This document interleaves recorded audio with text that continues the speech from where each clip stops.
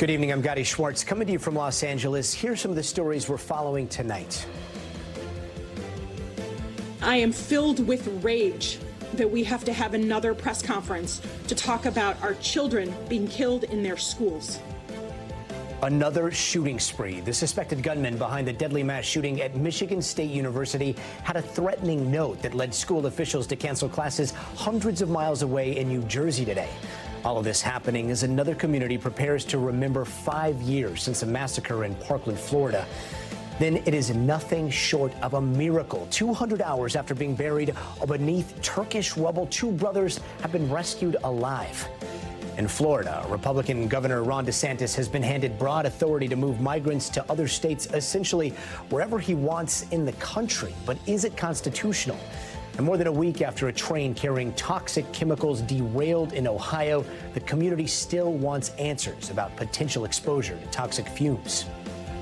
Don't tell me it's safe. Something's going on if a fish are floating in the creek.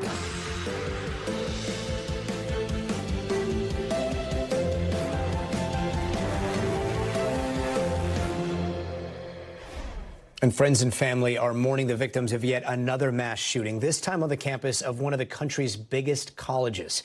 A man with a gun shot and killed 3 Michigan State University students and badly hurt 5 others last night.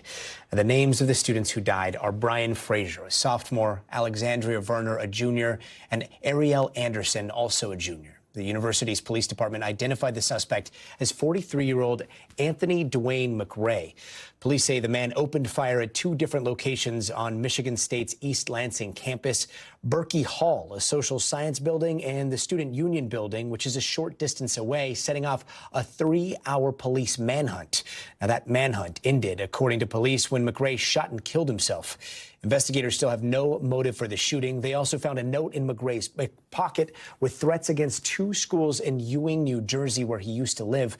All public and private schools in Ewing were closed as a precaution. Now, this latest mass shooting is the country's 67th this year. Since last night's shooting, there's been a renewed call for stricter gun laws. One person speaking out is 21-year-old Jackie Matthews, who unfortunately knows this type of situation all too well. Here's what she posted on TikTok around 1 o'clock last night as she, along with 50,000 other students, sheltered in place on the MSU campus. I am 21 years old, and this is the second mass shooting that I have now lived through. 10 years and 2 months ago, I survived the Sandy Hook shooting.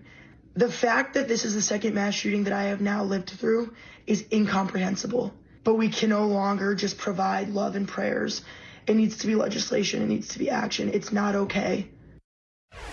NBC News correspondent Maggie Vespa joins us now. Maggie, what else do we know about the suspect?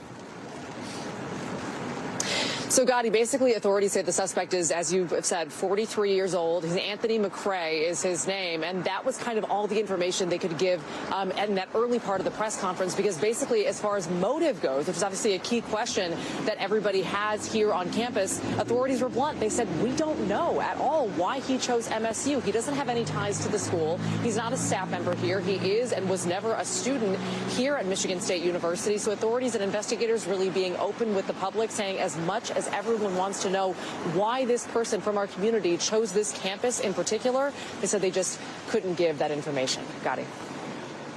And Maggie, so many people have seen those videos showing the sheer chaos from last night when that shooting was happening. We now know that the shooter appeared to go from Berkey Hall to the MSU Student Union, which, as we saw on the map, those two don't seem to be super close. Do we know how he made it onto campus? How did this all go down? Well, as you know, I mean, this is a Big Ten school. This is a major state university, a public university. So this is something that students brought up today, frankly, an open campus. This is not a place where you have to go in through any one entrance. Everybody's allowed to walk on it. It's really easy to get onto. So these buildings, it seems, he was able, obviously, to get access to those as well. And that's something that's really troubling to students. One boy saying that when he and his classmates and his people that he lives with in his dorm found out that this was, again, a man in his 40s with no connection, he said everybody went silent. He said we all assumed this was a student who was able to get into these buildings and have this access. So it's really bothersome to students, to your point, that he was able to just kind of walk through MSU's campus like that, seemingly out in the open. And Maggie, I know that Michigan State has canceled all classes for the rest of the week. There are other schools that have canceled classes as well. How's the community doing right now? You know, they're shaken and they are devastated and they're still processing it. And frankly, as hard as this is to say, they're going through every emotion that we all expect communities who are ravaged by mass shootings to go through. I mean, we've all been through this. We've all watched this unfold time after time after time, and as have the students here. And that's kind of been one of the hardest things, too, is that we've also been talking to students who have been through mass casualty events before, including one freshman who was at the Boston Marathon bombing when that happened. His dad was running that race. And he said this brought back those memories. And then we talked to a senior, a woman who's from Newtown, Connecticut, and she was in a nearby middle school when that shooting played out, the Sandy Hook shooting in that elementary school. Her school went into lockdown, and this triggered all of those memories and that trauma as well. So this campus, this community doing everything it can to come together. We're hearing about vigils that are scheduled for later tonight for the 3 students who were killed, but obviously everybody just doing their best to process this horror, knowing that they are the scene of just, frankly, America's latest mass shooting. Got it? Maggie, thanks so much. And the tragedy at Michigan State runs into the anniversary of another mass shooting, this one at Marjory Stoneman Douglas High School in Parkland, Florida, 5 years ago today. That's when 17 people were murdered, 14 of them students. The gunman has been sentenced to life in prison without the possibility of parole. Today, the community came together at the school. They gathered around portraits of the lives lost in the shooting. NBC News correspondent Sam Brock has more. Today marks exactly 5 years to the day of the tragedy at Marjory Stoneman Douglas on Valentine's Day of 2018. And as you talk to family members, parents, siblings, cousins who lost those closest to them in their life, they say there's pain every single day. It doesn't go away. They try to keep a lid on it, but it definitely comes out, and when it does, it is nothing but sheer agony. And today is a day, certainly from Broward County's perspective, the administrative county here, and Marjory Stoneman Douglas as well, to allow this community to really try to heal and to respect the lives that were lived, not just acknowledge how they died. As you see behind me, there's actually a makeshift memorial over my shoulder of portraits of the 17 people who died, 14 students and 3 educators, and they're smiling, and it just gives you a little bit of a window into their soul. All the more crushing when we think about the fact that they're not here today. There's going to be a ceremony at 5:30 Eastern Standard Time, which is going to involve spiritual and faith leaders, no politicians, no policymakers. It's not about them today. It's about the victims and their families. And all this coming as Parkland 17, which is an organization that has paved the way for a sanctuary as well, on about 150 acres of natural preserve that they were able to obtain from a local improvement district. And what they're going to do is they're going to put an honor and statue up there, some sort of design for all 17 victims, and then a theme that binds it all together. They're soliciting for artists right now. It's supposed to be an escape and a reflection point for families, even as right now there is so much that's unsettled, especially as we look at the landscape of these mass shootings that continue to occur day after day. Even these families now, just looking for 1 day, 1 hour of respite from that, did not receive that level of comfort as they tried to honor their loved ones. Wow, Sam Brock, thanks so much. And there are some small miracles happening in Turkey today, 200 hours after the initial earthquake struck. 2 brothers, around 17 and 21 years old, were rescued from underneath a building near the epicenter of the quake. And nearly 10 hours later, rescuers found a 65-year-old man deep in the rubble with a young girl waving for help. The pair was soon pulled out, bringing today's rescues to at least 9 people total. Imagine that, 200 hours trapped under the weight of all that concrete. And it's all thanks to the rescue teams working around the clock to try to find any survivors. You can see workers sleeping near a lot of those rescue sites. Over 40,000 people are dead, making this the deadliest earthquake since Haiti in 2010. NBC's Matt Bradley has more from the ground. Yeah, well, it's 8 days since those 2 twin catastrophic earthquakes, some of the worst this region has ever seen, and the death toll now is reaching 40,000, and yet, not quite 40,000, but reaching there. It will probably go up. We're hearing from rescue workers, from international aid agencies. They're expecting this to increase maybe by orders of magnitude. The worst has not yet been seen here in Turkey, and yet we are still seeing miracles being pulled out of the rubble in places all over southern Turkey.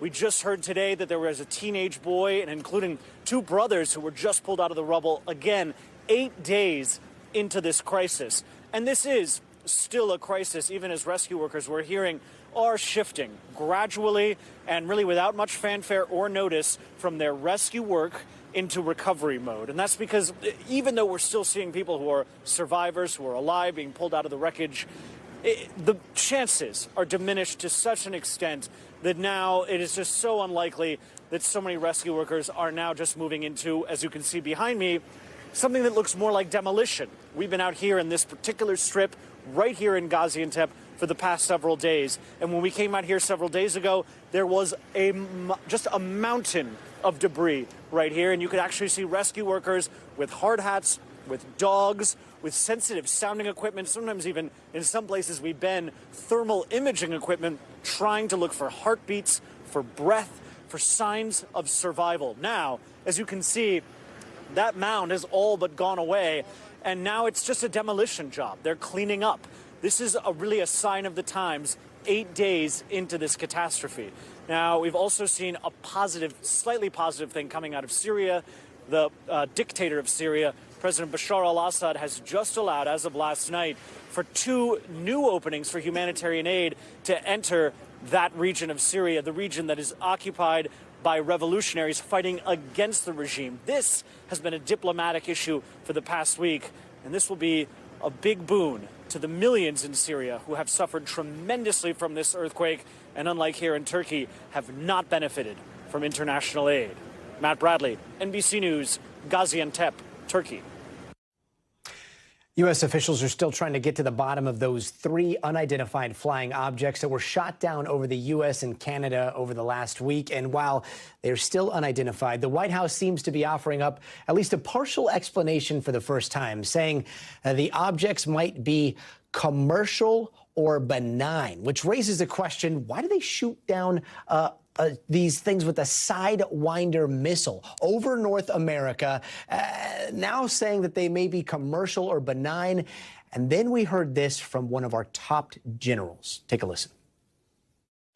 First balloon, the Chinese spy balloon that went down over the Atlantic on the South Carolina coast, that shot hit. The second one over Alaska, on the north coast of Alaska, that one hit. The third one that landed in the Yukon, that one hit. On the fourth one over Lake Huron, first shot missed, second shot hit.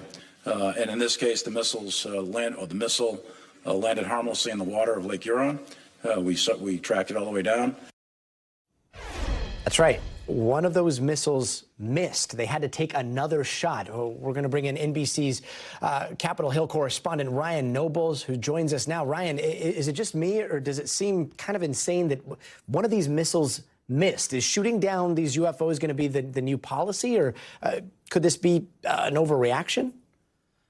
It's a great question, Gotti, and it's the same question that a lot of members of Congress are asking the administration. There was an all-senators classified briefing that took place today where they were pressing administration officials on that exact point. Now, to your question about the missile that missed its target, officials did say today that it landed harmlessly in Lake Huron and wasn't a threat to anything.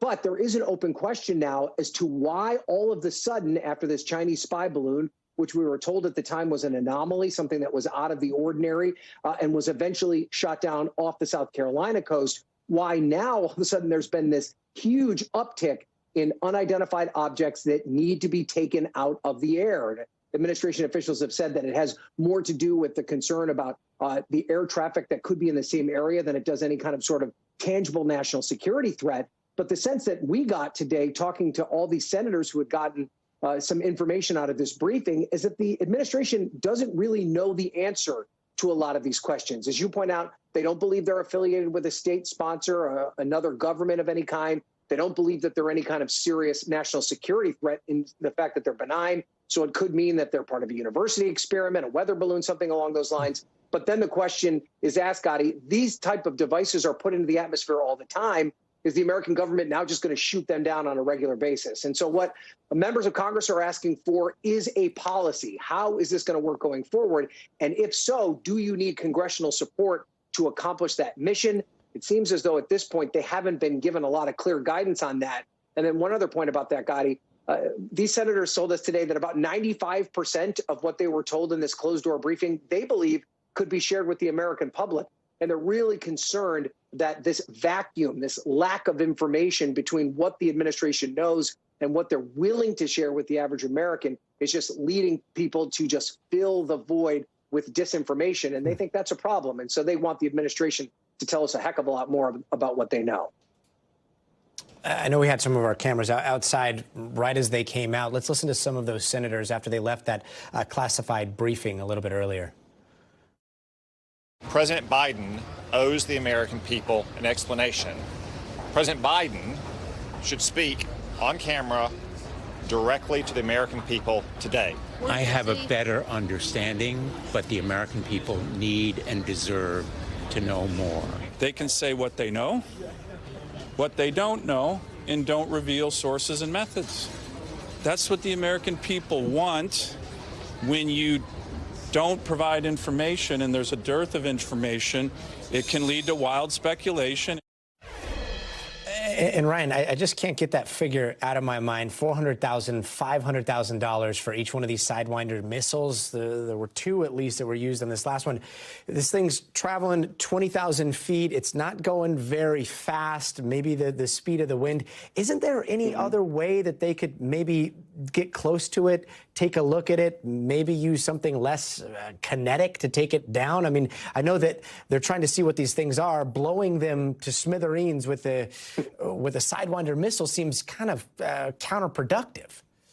Well, and to your point, they're also blowing them up in areas that are very difficult for that information and contents to be recovered. You know, the Yukon is one of the most remote places in the world, and the terrain is treacherous. The idea that they're going to be able to find this material is kind of a long shot. It's almost a needle in a haystack. So those are all excellent questions. And to your point about the expense that each one of these missiles incurs every time they're shot, one of the ways that members of Congress are hoping to kind of leverage this information out of the administration is by pointing out that they are the appropriators. They're the ones that decide how this money gets spent and how much money the administration has in order to accomplish these sort of missions. And that's why they're insistent that there has to be some sort of tangible policy associated with this, that the Defense Department just can't go off and kind of do it on a case-by-case basis. They need to have a long-term plan.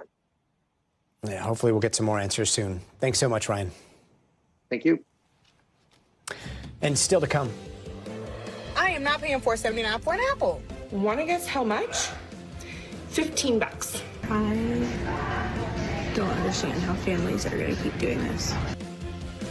They are channeling all of us at the grocery store. We've got some new inflation numbers today, what it means for your next trip to the grocery store. Plus, a bill in Florida looks like it's about to allow the governor there to move migrants from any state. But is it legal? Now Tonight is just getting started. New data today reveals inflation rose last month more than expected, and you're probably feeling it at the grocery store, the gas pump. You might even be feeling it tonight on that Valentine's dinner. I mean, chicken is now a solid 10.5% pricier than it was this time last year if your date is nice enough to order the chicken. Not to mention eggs, which now cost 70% more, and we're going to get to all that in just a second. But a huge part of this is also housing. Today's report shows the biggest bump in rent since the 80s. And for homeowners, inflation just hit the highest annual increase ever. Here to try to make sense of all this is NBC News business and data reporter Brian Chung. Brian, can you break this down for us? What do these numbers really mean?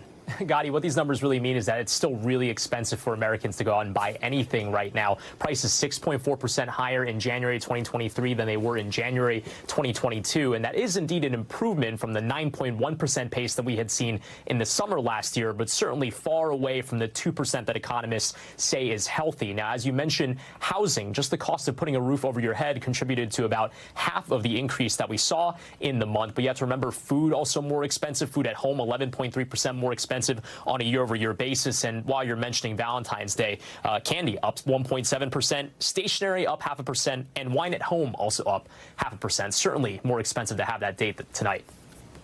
That is not a very nice way to say Happy Valentine's. Thanks so much, Brian. This is something that we've been talking about for quite some time.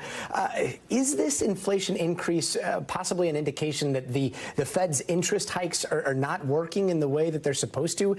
How do interest rates factor into all this? Yeah, well, it's a little hard to say right now. I mean, for what it's worth, though, here's how it's supposed to work. As the Federal Reserve makes interest rates higher, and by the way, they've been doing that at the fastest pace that they've been doing it in decades over the last 12 months, that is ideally going to take the demand into this economy a little bit out, because borrowing costs are going to be higher for your credit cards. It's going to be more expensive for you to buy a home. It's going to be more expensive for a business to take a loan out and expand or hire new people. So it's deliberately slowing this economy. And indeed, that has had the impact of taking inflation down from, as I mentioned, that 9.1% pace we saw in the summer last year to 6.4% now. But again, job far from finished, because we really want to be somewhere closer to 2%. So there is the lag impact of this, because the Federal Reserve's interest rate hikes don't immediately impact inflation the next day. It takes time. So the Fed began this process in the spring last year. They made the most aggressive moves in the belly of last year. How long it takes to bleed into inflation remains to be seen. I hate to sound like the kid in the back of the car, but like, are we there yet? What does this mean going forward? Are we going to be seeing the same for the foreseeable future? Yeah, well, it really depends on what categories you're looking at, right? Because when you look at things like durable goods and electronics and also washers and dryers, you are starting to see those price declines. But in areas like food, things are still really persistent. You mentioned eggs, for example. These are things that are really difficult for the Fed to try to address. But we're seeing some silver linings from grocery stores, for example, that are going to suppliers that give them the goods and your products that they sell at the store and say, hey, can we stop these price increases? I actually had the chance to speak with one CEO of Hy-Vee, which is based out of Des Moines, Iowa, for his thoughts on how he's trying to combat inflation. Take a listen. I think across the board, you see all the retailers pushing back on cost increases. And I think for us, it's really more justification of the cost increases that we're seeing. It's not just them. We're hearing the same types of negotiating tactics from the likes of Whole Foods and also Walmart. Maybe some signs that prices could go down at the grocery store sometime later this year. Fingers crossed. Thanks so much, Brian. Happy Valentine's Day. You too. Florida Governor Ron DeSantis just got the green light to send asylum seekers wherever he wants in the country. And it comes with some big money. The legislature there passed a bill giving $10 million to the state's emergency management agency. And that allows the executive branch to move migrants between states and not just to or from Florida. The bill needs the governor's signature, and he's expected to sign it. It essentially gives him the power to do something he already did in September when we saw that state use funds to send asylum seekers in Texas to Martha's Vineyard. But is all of this legal? That's a question that so many people are asking right now. We're going to bring in our legal analyst, Danny Savalos, to try to help us wade through all of this. Danny, first question, what is this legislation? Exactly what does it do? Can you break it down for us? It essentially allocates money for the state of Florida to transport migrants out of state. And so the challenge to that, at least in one lawsuit, is that this is unconstitutional because it violates what's called the Supremacy Clause. Here's how it works. The Constitution creates the federal government. That government is a limited government. It only controls certain things. The vast majority are supposed to be left to the states. But as to those narrow things that the federal government controls, it is supreme. In other words, states cannot coin money. That is exclusively the province of the federal government. That's an area the federal government has said, oh, we own this and you cannot even infringe on it. Similarly, the federal government is solely in charge of immigration. And the argument in one lawsuit is that this is unconstitutional because what Florida is doing is essentially creating its own immigration policy, which would immediately violate the Supremacy Clause and would be invalid as unconstitutional. Now, Danny, I know that you were just talking about those lawsuits that are already in place, so many of them stemming from what many called a political stunt in moving people up to Martha's Vineyard. Now, when it comes to those lawsuits and when it comes to this new legislation, could this just be a doubling down to maybe be more successful in those lawsuits? Or is this something more? Is this a political message that Ron DeSantis wants to send? It may just be that Florida and Governor DeSantis, they're thinking that, well, why not? There are already lawsuits. They will determine, a court will determine whether or not this is constitutional. But in the meantime, we already have our battle plan. Let's go forward with it. Let's allocate more money to do more of the same and send migrants out of state. And so, as this case works its way through the courts, either it'll be upheld or it will be struck down. But if it is upheld, if it's allowed to proceed, then they've been working towards that anyway. But you're right in that it may just be politically an example of, darn these lawsuits, we're going to go full speed ahead. Danny Savalos, thanks so much. And after the break, officials say it is safe for people to go back home. But why are fish and chickens dying? We've got an update on that Ohio train chemical spill.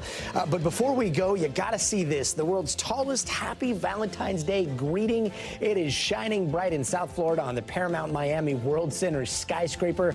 Happy Valentine's Day. We're going to be right back.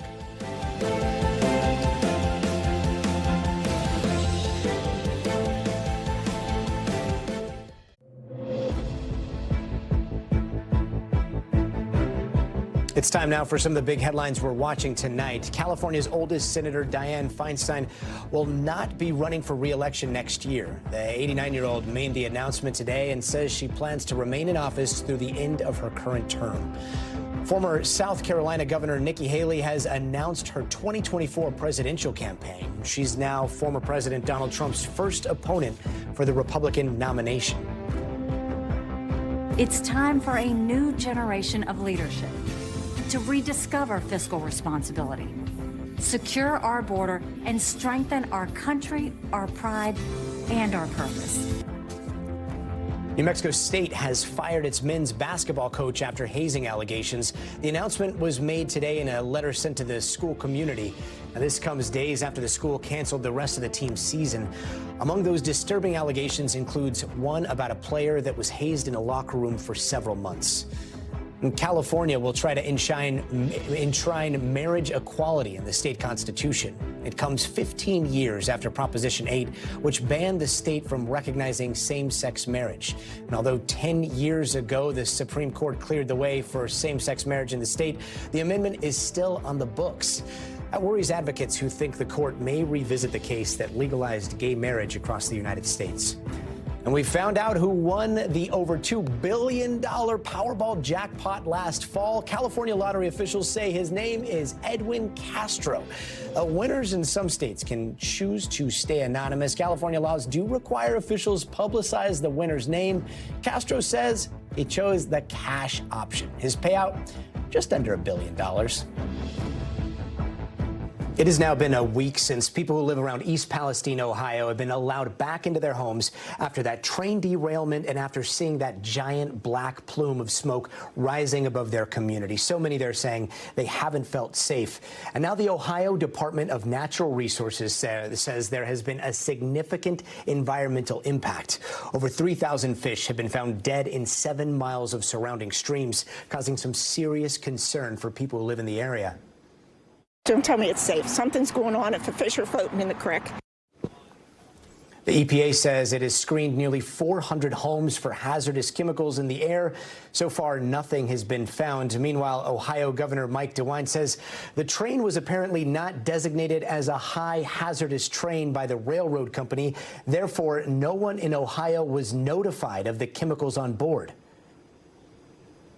Frankly, if this is true, and I'm told it's true, this is absurd, and we need to look at this, and Congress needs to take a look at how these things are handled. NBC News correspondent Ron Allen joins us now. Ron, do we have a better idea of what went wrong here? Well, the NTSB released a statement saying that the wreck was apparently caused by an overheated wheel bearing on one of the train cars, and you can see that in some surveillance video from a doorbell camera as the train is going by about a mile before the wreck. So there's that. But in terms of the environmental impact of all this, the governor of Ohio, Mike DeWine, and an array of state officials today held a briefing where they continue to insist that the air the water is safe there. Despite these horrific scenes of fire and smoke and the release of toxic chemicals, they say that the monitoring shows that it is safe and that residents are able to come home and that things are okay. The one caveat, they say, is that if you have a private water well, which is a minority of the population there in a very rural area, that you should perhaps drink bottled water until all these private wells can be checked. But that's what they're saying. Residents, of course, are very concerned. Some don't believe this. Some still worry about the long-term consequences of this spill. But again, the EPA and others insist that they are doing a cleanup and that everything is under control and that there's no cause for concern. And Ron, I know the EPA released a full list of the chemicals on board. Some of them we seem to be hearing about now for the first time. What kind of harm can some of these chemicals cause if they're in the soil, air, or possibly in the water? They're chemicals, they're adhesives, they're used in plastics. The one we heard the most about was vinyl chloride, which is used to make PVC pipes and other kinds of things like that. You heard the governor's concern that this train was not flagged as carrying hazardous materials through the town. I believe the federal rules are that if a train is passing through a community like this, it must slow down or have certain protective safety equipment on it in order to do this. That was not the case here. So that's a concern. But again, the bottom line from the environmental officials is that what was spilled there is being removed. There's a big cleanup operation going on. Today they talked about how many tons of soil has been removed. And again, they're monitoring the water and the soil and the air, and they say that it's all safe. But it's going to take some convincing before the residents believe all that. There's a town hall meeting tomorrow night where they're going to air their grievances, where residents can air their grievances, and I'm sure the town officials are going to get an earful. Especially when you see images of those dead fish. And it's not just the dead fish. Some people who live there are reporting dead farm animals. They're reporting coughs. What can you tell us about that? The state officials confirmed that, yes, there are some 3,000 or so dead fish that were reported. That was caused by one of the chemicals. They didn't say which one, but yes, that is attributed to the wreck. They say that there is no impact, however, no threat to human health, despite these images that you see. And they said that there is no evidence that there was any livestock that was killed by this, and that these reports of cough and so forth are anecdotal but not confirmed to be connected to the wreck. So there's a lot of trust issues here, a lot of concern, and this community is going to have to live with this for some time to come. Ron, so glad you're on top of this for us. Thanks so much. And now let's turn to South Carolina for the latest in the double murder trial of Alec Murdoch. Today, jurors heard from Maggie Murdoch's sister. Now, Maggie was Alec Murdoch's wife, who he's accused of killing along with their son, Paul, both of which he denies. NBC's Katie Beck has the details. On Tuesday, jurors heard from Marion Proctor, Maggie Murdoch's only sister, who described pain and anguish the night she learned her sister and her nephew had been brutally murdered. In the days following the murders, she says Alec Murdoch displayed strange behavior, saying in one conversation to her that his top priority was to clear Paul Murdoch's name in the boat crash. She felt his top priority should have been finding the killer of Maggie and Paul. She also said that while the family had great fear and concern that a killer was on the loose, she felt Alec had no fear and never discussed a potential search for a killer with her. The defense firing back on cross-examination, pointing out the good relationships that existed between both Maggie and Alec and Paul. The prosecutors say they are getting towards the end of their case and hope to wrap in the next day or two. The defense eager to start their side of the story, hopefully by the end of the week. Back to you. Katie, thank you. Next week will mark 1 year since the Russian invasion of Ukraine. Defense Secretary Lloyd Austin is in Brussels to meet with NATO allies about how to better equip Ukraine to fight Russian aggression. Today, he praised Ukraine's resilience and pledged continued support from the United States. Russia has inflicted a year of tragedy and terror on Ukraine. But the people of Ukraine have inspired the world.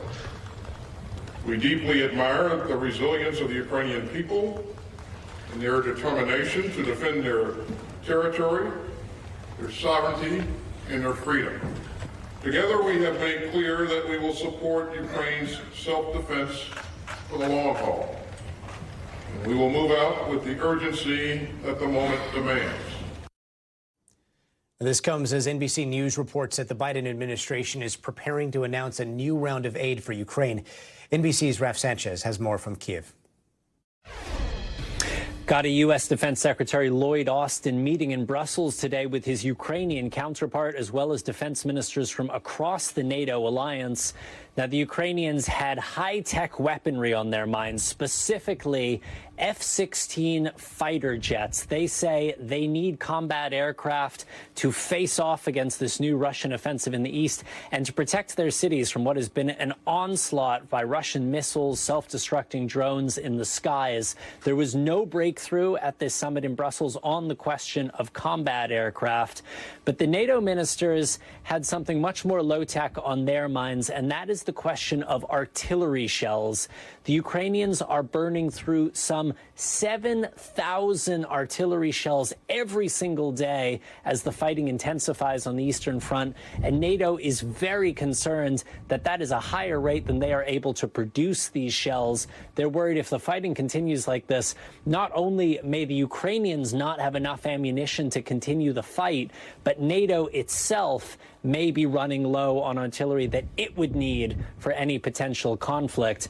Now, the Russians have launched this grinding offensive along hundreds of miles across the front line in the east, but the fighting most intense in that besieged city of Bakhmut. The Russians have been tightening the noose around the city over the last couple of days, taking a number of key villages on the perimeter. And the Ukrainian government has now told volunteers who up to this point have been going into the city trying to help civilians in there that they should no longer enter Bakhmut. Now, this is being seen as a sign here that Ukraine is preparing for the city to finally fall after weeks of grinding street by street combat.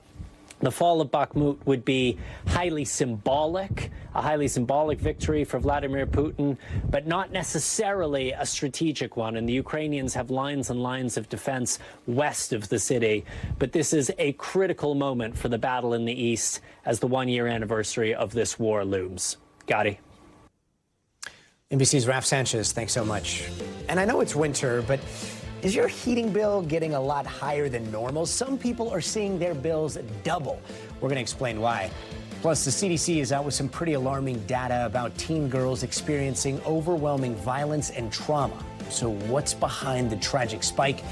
And tonight, during Black History Month, we're remembering Frederick Douglass, a leader during the abolitionist movement. At 23, he gave a pivotal speech about his experience growing up as a slave. And afterwards, a reporter shared a quote, "Flinty hearts were pierced and cold ones melted by his eloquence." And since that day, he continued to push for equal rights until the day he died. We're going to be right back.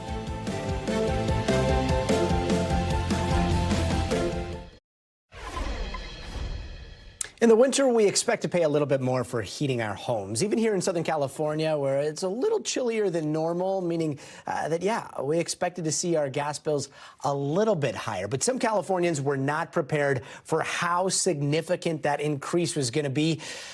Take San Diego, for example. Some heating bills more than doubled there. The average household paid $105 last year for natural gas. This year, $220 for the final bill. The big reason for this jump, SoCal Gas said it had to pay a lot more.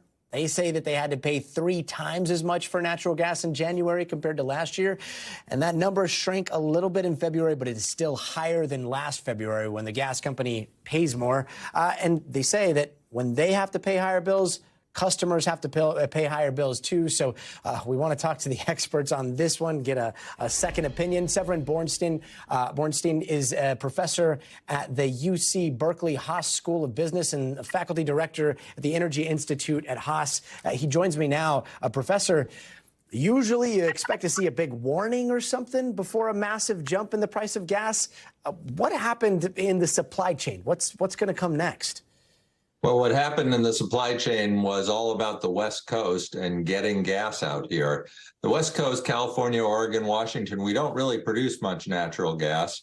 We get our gas from pipelines coming from Texas and Canada. And those pipelines got completely filled up at a time when it got very cold out here. And we didn't have a lot in inventory. So the combination of those 3 factors drove prices much, much higher on the West Coast than the rest of the country. In fact, it happened just as natural gas prices in the rest of the country and Europe were coming way down. So we had a huge differential, and we saw the spot price, the commodity price of natural gas, which is normally about $5 or $4 per million BTU, go up as high as $40 or $50 on some days. So that's what's now flowing through to our bills. It started back at the beginning of December. It's now hitting our bills, and people are really getting some pretty eye-popping bills in January and now into February. I wish they would just, I don't know, send a text message saying in the middle of the billing cycle, hey, this is going to hurt, so watch the bill. I know that the governor here is... actually did that. Many utilities have been sending emails and text messages. Many people don't really pay attention to them when they get them, though. Yeah, it goes straight into the spam filter, right? Yeah.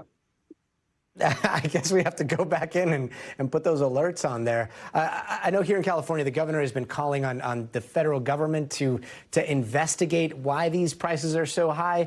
He wrote a letter here saying California's residential customers are consequentially suffering the economic burden of extreme and unexpectedly high gas and electric utility bills. What do you think the federal government can do about these prices, if anything?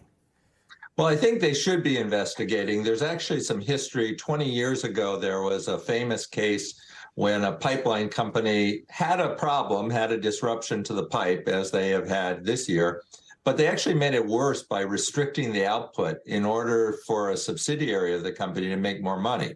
So there is some possibility that some of this is not just a supply and demand phenomenon, but also actually some market manipulation. We don't know that in this case, but given what we've seen in the past, I think it certainly warrants an investigation.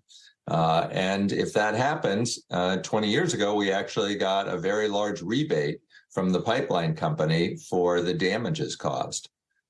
The extra gas costs over the last couple of months are costing Californians probably at least a few $1 billion and possibly as much as $6 or $7 billion. So we're talking about a lot of money. We're talking about households, family of four, getting hit by an extra $800 or $1,000 due to this price spike. Some money we are not going to forget about. Professor, thanks so much. Thank you. Teenage girls in this country are having a particularly tough time. A new study out this week paints a picture of them, quote, engulfed in a growing wave of violence and trauma. The report was released yesterday by the CDC, and it shows an unprecedented level of hopelessness and suicidal thoughts among teenage girls. Nearly 3 in 5 said that they felt persistently sad or hopeless. 30% said that they had seriously considered suicide, which is the highest these numbers have been in nearly a decade. Now, the report also highlights some shocking statistics about sexual violence against teenage girls. NBC News medical reporter Erica Edwards joins us now to help explain what's going on. Erica, the study shows an overwhelming number of teen girls in particular experiencing these feelings of sadness, of hopelessness. Do you have any insight into why this is happening right now? Gosh, Gotti, the short answer is no. I mean, we've seen this trend among girls, young girls, for more than a decade, and researchers are no closer to figuring out why this is happening. Is it schools? Is it smartphones? Is it social media? Is it video games?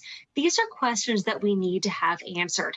I spoke with one CDC researcher about this who says we need to sort of reframe our thinking in this situation, moving from what's wrong with our girls to what's wrong with our society and the environment that they're living in. And so that's what they are sure to investigate in the coming years, Gotti.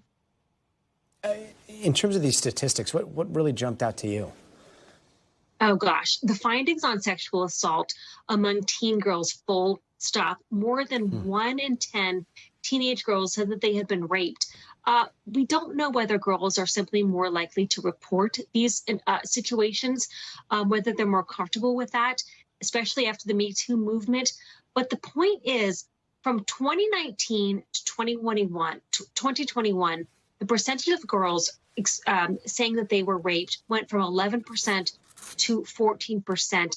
That represents thousands more girls in our community that said that they had been sexually assaulted. Gotti. Are there any red flags that parents can watch out for? Yeah, I mean, so I have teenagers. Shockingly, I was one once. So it's normal for teens to be moody, maybe pull away from their parents, but so it's really difficult to know when to step in. But experts really say that there are a couple of warning signs to watch out for. Number one is, watch for differences in mood, differences in eating and sleeping habits. Early intervention is key. Definitely seek out that professional support. Keep those lines of communication open. Talk with your kids early and often about what their feelings are, what they're, what's going on in their schools, what's going on among their peers, and talk about who you would reach out to if you were ever in a crisis. Keep those trusted adults handy and their numbers handy as well. Of course, we have to say that if you or anyone you know is ever in a crisis, 988 is really the number to reach out to. Scotty. Erica Edwards with some really good things to remember. Thanks so much for joining us. We've got some breaking news out of Arizona where a hazardous material spill has shut down the interstate. A commercial truck carrying a potentially toxic substance crashed on Interstate 10 earlier this evening in Tucson. The Arizona Department of Public Safety says the truck was hauling nitric acid in liquid form and flipped over after a crash. Now, nitric acid is a highly corrosive material. I-10 is closed in both directions near where the accident took place. A hazmat team is on the scene, according to the Arizona Department of Transportation, and a shelter in place for a 1-mile radius has been issued. And we're going to keep watching that. Meanwhile, it is not too late to get that special someone a Valentine's Day gift. And if you're looking to break the heart-shaped mold for a standout evening, might I suggest a very special love song? Because I'm about to introduce you to a guy that is perfect for the job. Tiny Anthems is a system where you give me information about your sister or your husband or your cousin Greg. Ugh, Greg.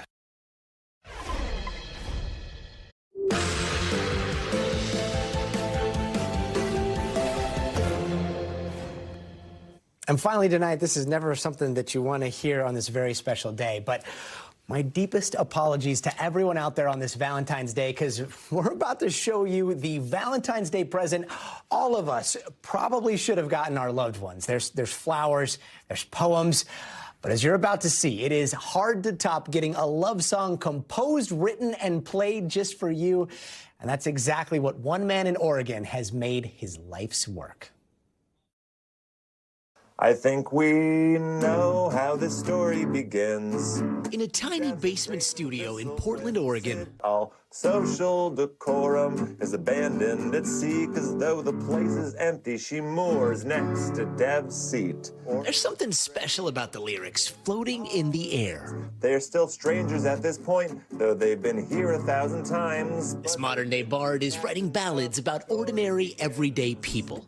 Tiny Anthems is a system where you give me information about your sister or your husband or your cousin Greg. Ugh, Greg. And based on what you tell me, I will then compose a song. And it all started with an offer to write a song about anyone for $2. First, you turn on this light, you set the switch to dwell, then you turn these switches up to 10, and then, well, this one's actually a washing machine. And quickly snowballed into Mike Long's life's work.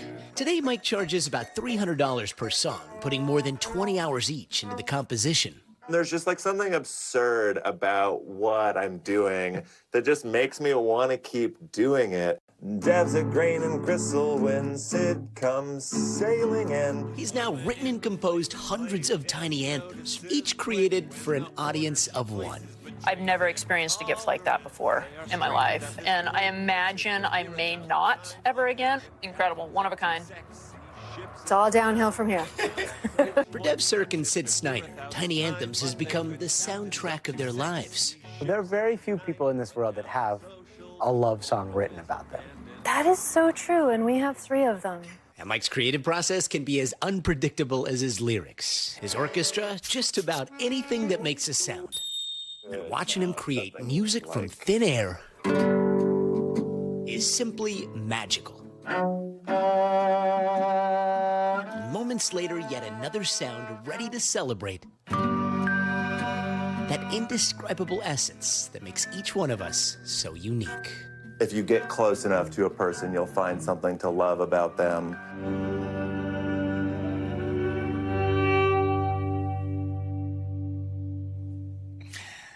And that does it for us. Thanks so much, Mike, for hanging out with us. Thanks for spending part of your Valentine's Day with us. I'm Gotti Schwartz. For Now Tonight, the news continues right now.